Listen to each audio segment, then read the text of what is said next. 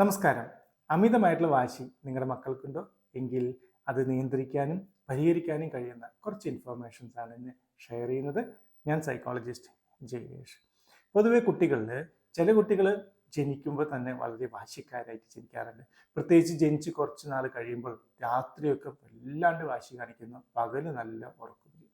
അങ്ങനെ പകല് നന്നായിട്ട് ഉറങ്ങുകയും രാത്രി വല്ലാണ്ട് വാശി കാണിച്ച് ഉറങ്ങാതിരിക്കുന്ന കുട്ടികൾ കുറച്ച് നാൾ കഴിയുമ്പോഴൊക്കെല്ലാം ഈ പറയുന്ന പോലെയുള്ള അമിതമായിട്ടുള്ള വാശി കാണാറുണ്ട്. പലപ്പോഴും ഡെലിവറിയിൽ ഉണ്ടാകുന്ന ചില കോംപ്ലിക്കേഷൻസുകൾ കൊണ്ടോ അല്ലെങ്കിൽ ആഫ്റ്റർ ഡെലിവറി ഉണ്ടാകുന്ന കോംപ്ലിക്കേഷൻസ് കൊണ്ടോ തന്നെ ആൻറ്റിനേറ്റൽ പീരീഡിൽ ഉണ്ടാകുന്ന കോംപ്ലിക്കേഷൻസ് കൊണ്ടോ അല്ലെങ്കിൽ പാരമ്പര്യമായിട്ടൊക്കെയാണ് കുട്ടികൾ വാശിക്കാരായിട്ട് കാണുന്നത്. അതുകൊണ്ടാണ് പലപ്പോഴും വീടുകൾ പറയുന്നത് ഈ കുട്ടിയുടെ വാശി അച്ഛൻ്റെയാണ് അല്ലെങ്കിൽ അമ്മയുടെയാണെന്നൊക്കെ പറയുന്നത് ഇതുകൊണ്ടാണ്. സോ വാശി കുട്ടികൾ കാണിക്കുന്ന സമയത്ത് നിങ്ങളും കൂടി വാശി കാണിച്ചു കഴിഞ്ഞാൽ അത് കൂടുതൽ കോംപ്ലിക്കേഷൻസ് ആണ് ഉണ്ടാക്കുന്നത്. സോ അതുകൊണ്ട് എന്തുകൊണ്ടാണ് കുട്ടികൾ വാശി കാണിക്കുന്നതെന്നാണ് നമ്മൾ മനസ്സിലാക്കേണ്ടത്. അതിൽ ഒരു കാര്യം എന്ന് പറയുന്നത് ഓവർ കെയറിങ്. പലപ്പോഴും അമിതമായിട്ട് സ്നേഹം കൊടുക്കുകയും അവർ ചോദിക്കുന്ന വസ്തുക്കൾ ക്വിക്കായിട്ട് വാങ്ങിക്കൊടുക്കുകയൊക്കെ ചെയ്യുന്നതിന്റെ ഫലമായിട്ട് കുറച്ച് നാൾ കഴിയുമ്പോൾ വിചാരിക്കുന്ന വസ്തു കിട്ടാതെ വരുമ്പോൾ സ്വാഭാവികമായിട്ടും കുട്ടികൾ വാശിയും ദേഷ്യവും കാണിക്കാറുണ്ട്. രണ്ടാമതായിട്ട് ചെറിയ പ്രായത്തിൽ തന്നെ കുട്ടികളിൽ കാണുന്ന ഇപ്പോൾ ഇമ്പൾസ് കൺട്രോൾ ഡിസോർഡർ എന്ന് പറയുന്ന, അതായത് അടങ്ങി ഒതുങ്ങിയിരിക്കാൻ പറ്റാതെ വരിക, എപ്പോഴും ചാടി ചാടി ചാടി നടക്കുന്ന കുട്ടികളൊക്കെ എല്ലാം ഉണ്ട്. അങ്ങനെയുള്ള കുട്ടികളിൽ നമ്മൾ കുറച്ച് വാശി കൂടുതൽ കാണുന്നുണ്ട്. ദെൻ നമ്മളുടെ ഹൈപ്പർ ആക്ടിവിറ്റി അഥവാ അമിതമായിട്ടുള്ള വികൃതി. പല വീടുകളിലും കുട്ടികൾക്ക് ഈ അമിതമായിട്ടുള്ള വികൃതി കാണാറുണ്ട്. അങ്ങനെ അമിതമായിട്ടുള്ള വികൃതി കാണിക്കുന്ന എല്ലാ കുട്ടികളിലും ഈ വാശിയും ദേഷ്യവും കുറച്ച് കൂടുതലായിരിക്കും ചെയ്യും. സോ ഈ അമിതമായിട്ടുള്ള വികൃതിയെ നമ്മൾ കൺട്രോൾ ചെയ്താൽ മാത്രമേ ഈ പറയുന്ന പ്രശ്നങ്ങളെ നമുക്ക് മാനേജ് ചെയ്യാനായിട്ട് സാധിക്കത്തുള്ളൂ.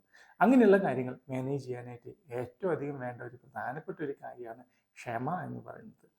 പല വീടുകളിലും നമ്മൾ പാരൻസിന് നോക്കുമ്പോൾ കുട്ടികളെക്കാളും കൂടുതൽ വാശിയാണ് പാരൻസ് കാണിക്കുന്നത്. അതുകൊണ്ട് നിങ്ങൾ ക്ഷമ എന്ന് പറയുന്ന ആയുധമാണ് ഇവിടെ ഏറ്റവും അധികം ഉപയോഗിക്കേണ്ടത്. സോ കുട്ടികൾ വാശി കാണിക്കുമ്പോൾ, അതായത് നിങ്ങളൊരു പർച്ചേസിങ്ങിന് പോയി ഒരു സ്ഥലത്ത് നിന്നിട്ട് കുട്ടികൾ വാശി കാണിക്കുമ്പോഴോ കല്യാണങ്ങൾക്കോ മറ്റേതെങ്കിലും ഒരു സ്ഥലത്ത് ചെന്ന് വാശി കാണിക്കുമ്പോൾ ഒക്കെ എല്ലാം ഇതിൻ്റെ കാരണങ്ങളാണ് നമ്മൾ ആദ്യം മനസ്സിലാക്കേണ്ടത്. സോ നേരത്തെ പറഞ്ഞിട്ടുള്ള ഇഷ്യൂസ് ആണെങ്കിൽ അത് നമ്മൾ എത്രയും പെട്ടെന്ന് പരിഹരിക്കണം. അതിന് നമ്മൾ ചൈൽഡ് സൈക്കോളജിസ്റ്റുമാരെ കണ്ട് ഇത് കൃത്യമായിട്ടും ഷെയർ ചെയ്ത് ഇതിൻ്റെ കാര്യകാരണങ്ങൾ കണ്ടുപിടിച്ച് അവരിത് പ്രശ്നങ്ങൾ പരിഹരിക്കാനുള്ള മാർഗങ്ങൾ നിർദ്ദേശിക്കും.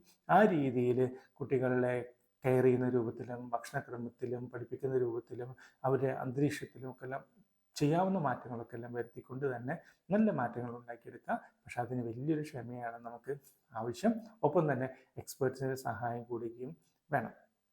രണ്ടാമതായിട്ട് വാശിയുള്ള കുട്ടികളെ സംബന്ധിച്ചിടത്തോളം അവരാഗ്രഹിക്കുന്ന അപ്പം തന്നെ കിട്ടും.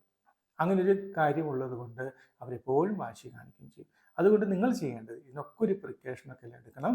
പ്രത്യേകിച്ച് വാശിയുള്ള കുട്ടികളാണെങ്കിൽ അവർ ആവശ്യപ്പെടുന്ന കാര്യങ്ങളൊക്കെ എല്ലാം അത് അർജൻറ്റായിട്ടുള്ള കാര്യങ്ങളാണെങ്കിൽ എത്രയും പെട്ടെന്ന് നടപ്പിലാക്കി കൊടുക്കുക. അല്ലാതാണെങ്കിൽ കുറച്ച് ദിവസമൊക്കെ നീട്ടി വെക്കുന്നത് വളരെ നല്ലതാണ്. അതായത് നമുക്കൊരു അടുത്ത ആഴ്ച വാങ്ങാം അല്ലെങ്കിൽ അടുത്ത മാസം വാങ്ങാം, നെക്സ്റ്റ് ബർത്ത്ഡേക്ക് വാങ്ങാം എന്നൊക്കെ പറഞ്ഞ് നിങ്ങളൊന്ന് നീട്ടി വെക്കാനും കൂടി ശ്രമിക്കേണ്ടത് വളരെ നല്ലതാണ് ഒക്കെ. അതുകൂടാതെ വീടുകളിൽ ചിലപ്പോൾ കമ്പാരിസൺ കൊണ്ടും കുട്ടികൾ ദേഷ്യപ്പെടാറുണ്ട്. മാർക്കിൻ്റെ കാര്യത്തിലാകാം അല്ലെങ്കിൽ മറ്റേതെങ്കിലും കാര്യത്തിലൊക്കെ കുട്ടികളെ നിങ്ങൾ കമ്പയർ ചെയ്യുന്നുണ്ടെങ്കിൽ ഈ കമ്പയർ ചെയ്യുന്ന പരിപാടി എത്രയും പെട്ടെന്ന് അവസാനിപ്പിക്കുക. അങ്ങനെ കമ്പാരിസൺ ഒഴിവാക്കുമ്പോൾ ഓട്ടോമാറ്റിക്കലി ഈ അനാവശ്യമായിട്ടുള്ള വാശികൾ കാണിക്കുന്നതും ഒഴിവാകുന്നതാണ്. ദെൻ കുട്ടികൾക്ക് ലേണിംഗ് പ്രോബ്ലം ഉണ്ടെങ്കിലും അത്തരം കുട്ടികളിൽ വാശി വരാറുണ്ട്.